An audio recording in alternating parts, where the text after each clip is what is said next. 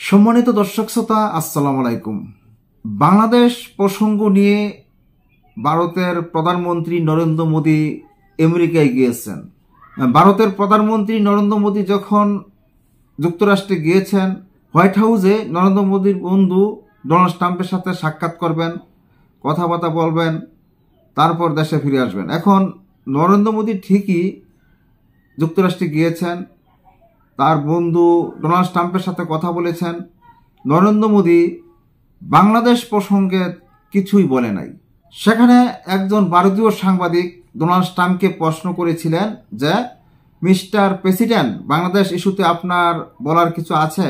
কারণ আমরা দেখেছি আমেরিকার ডিপ স্টেট বাইডেন আমলে দেশটির সরকার পরিবর্তনে জড়িত ছিল। এটি স্পষ্ট। এরপর মোহাম্মদ ইউনুস জুনিয়র সোরসের সঙ্গেও দেখা করেন। বাংলাদেশ নিয়ে আপনার বক্তব্য কি?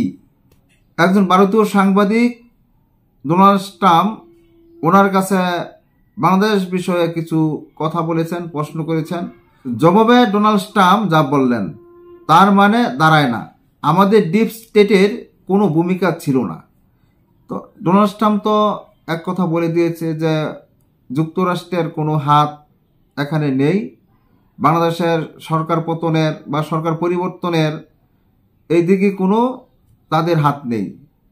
এটা ছাত্র জনতার গণ অভ্যুত্থানের ফলে এমন একটি ঘটনা ঘটেছে, এটাই বোঝানো হয়েছে। ভারতের প্রধানমন্ত্রী এ নিয়ে বহু বছর কাজ করেছেন। এখন উনি বলতেছেন ভারতের প্রধানমন্ত্রী নরেন্দ্র মোদী এটা নিয়ে বহু বছর ধরে কাজ করিতেছেন, বাংলাদেশটা নিয়ে। আমার যা পড়াশোনা তাতে জেনেছি এটা নিয়ে শত শত বছর ধরে কাজ করা হয়েছে। আমি প্রধানমন্ত্রী মোদীর কাছে ছেড়ে দিচ্ছি। ফেব্রুয়ারি মাসের প্রথম দিকে আমার এক ফেসবুক বন্ধু স্ট্যাটাস দিলেন, 13 তারিখের পর সব বদলে যাবে। আওয়ামী লীগের কট্টর সমর্থক ওই বন্ধু 12 ফেব্রুয়ারি লিখলেন, কাল বিরাট সুসংবাদ আসছে। শুধু আমার ওই বন্ধু নন, আরও অনেক ফেসবুক বন্ধুকে দেখলাম ওই ধরনের কথা লিখতে। কেউ কেউ খুব মারমুখী কথাও লিখেছিলেন, যেমন কাল সব উল্টে যাচ্ছে, একজন পালানোর পথ পাবে না, কাল ইউনূস সরকারের বিদায় ঘণ্টা বাজবে ইত্যাদি। কেন তারা সব উল্টে যাবে বলে অতি আশায় উচ্ছ্বসিত হয়ে পড়েছিলেন তা বোঝা যাচ্ছিল। কারণ 13 তারিখে ওয়াশিংটনে মার্কিন প্রেসিডেন্ট ডোনাল্ড ট্রাম্পের সঙ্গে ভারতের প্রধানমন্ত্রী নরেন্দ্র মোদীর বৈঠক হওয়ার কথা ছিল। বৈঠকের আগের দিন আমেরিকায় বসবাসকারী আওয়ামী লীগ সমর্থকরা ওয়েলকাম মোদিজি লেখা প্লে কার্ড ফেসবুকে পোস্ট করেছেন এবং সবাইকে মোদীকে স্বাগত জানানোর জন্য মার্কিন পররাষ্ট্র মন্ত্রণালয়ের সামনে জড়ো হওয়ার আহ্বান জানিয়েছেন। এরপর মোদিজি ওয়াশিংটনে এলেন।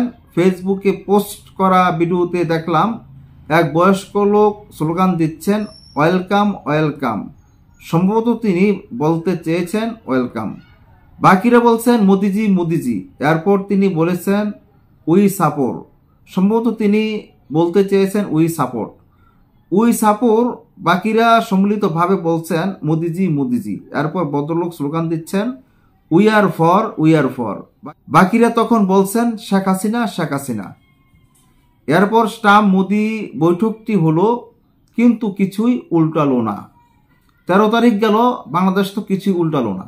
এখন বাংলাদেশের যেসব প্রসঙ্গ উঠে এসেছে, 13 তারিখ পার হয়ে গেল, আজকে 16 তারিখ, আজ পর্যন্ত কিছুই আমরা দেখতে পেলাম না যে এখানে কি উল্টাবে আর কি পাল্টাবে, এই ব্যাপারে কিছুই আমরা দেখলাম না। তাহলে পরবর্তীতে কি হয় এটা দেখা যাক। এখন আজকের মতো এখানে শেষ করছি। আল্লাহ হাফেজ।